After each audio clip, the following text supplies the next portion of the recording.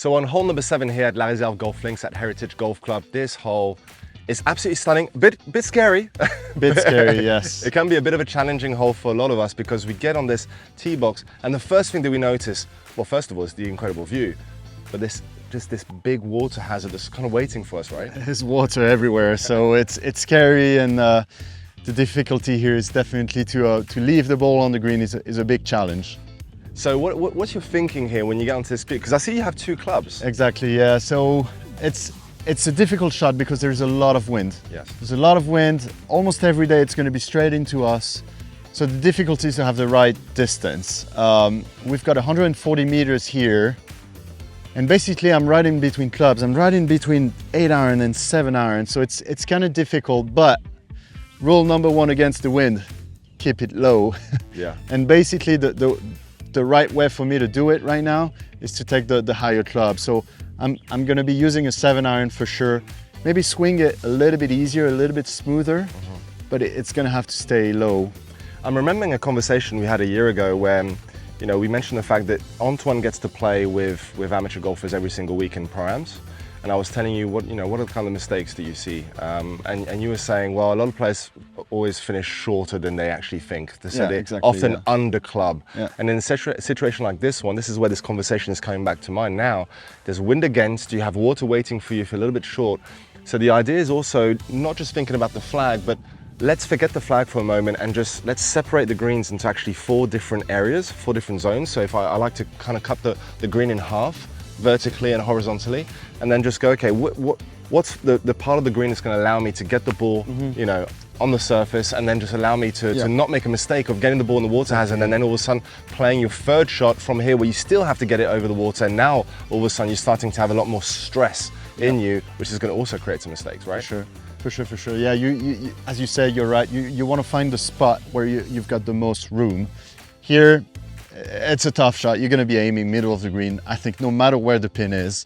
Today the pin is tucked on the right side, but I'm still going to be aiming middle of the green. Going to be hitting a 7-iron. It's going to be a tough shot. So no unnecessary risk. Put the ball on the green, try to make a par, and move on. I love it. All right, let's see it. Lewis, you can hold this. So 140 meters.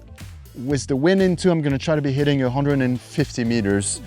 My 7-iron, I need a smoother shot for this. And yeah, hopefully leave it on the green. Would you give the advice of hitting an extra club and swinging smooth as opposed to trying to get harder? For sure. If I were to be hitting the 8-iron, I would have to hit it way too hard. The ball is going to go up, and I'm going to leave it short for sure, yeah. Perfect, okay. Smooth swing.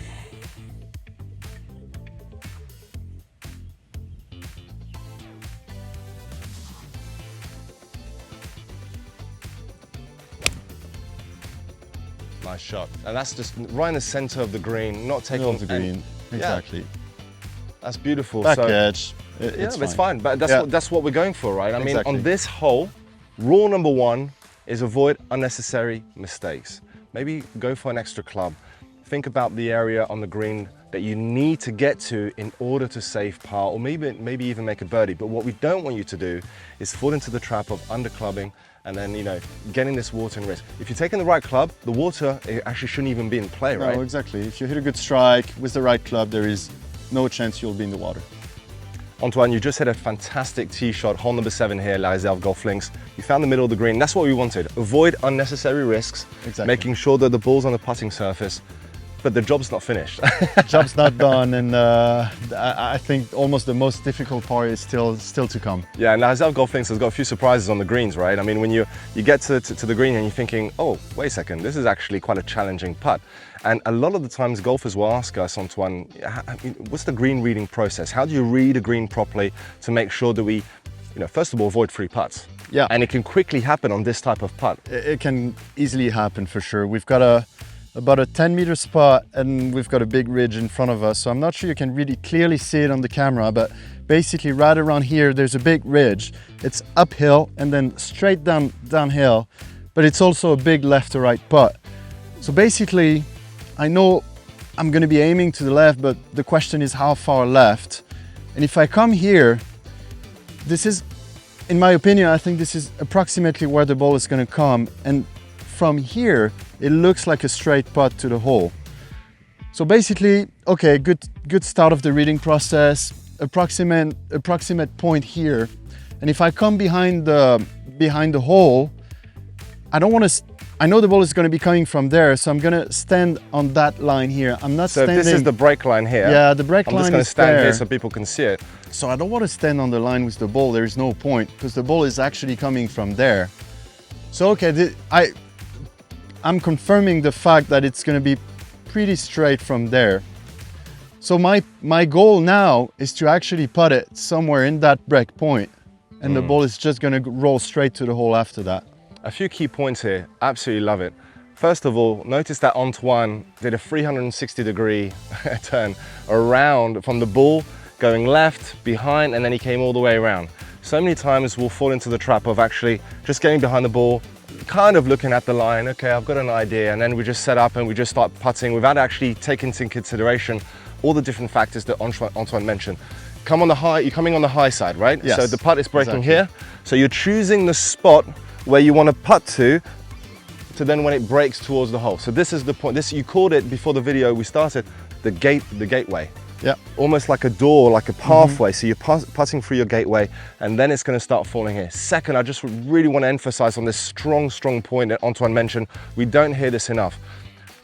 For a lot of golfers that we see come behind the ball, they'll be looking at the ball and the line here and they'll be just going, okay, I see it approximately. No. I love what Antoine just did there. He actually went, no, that's not my line. This is my new line here. So it's almost like it's almost two putts when you think about it. You're putting this way and then it's coming down this way.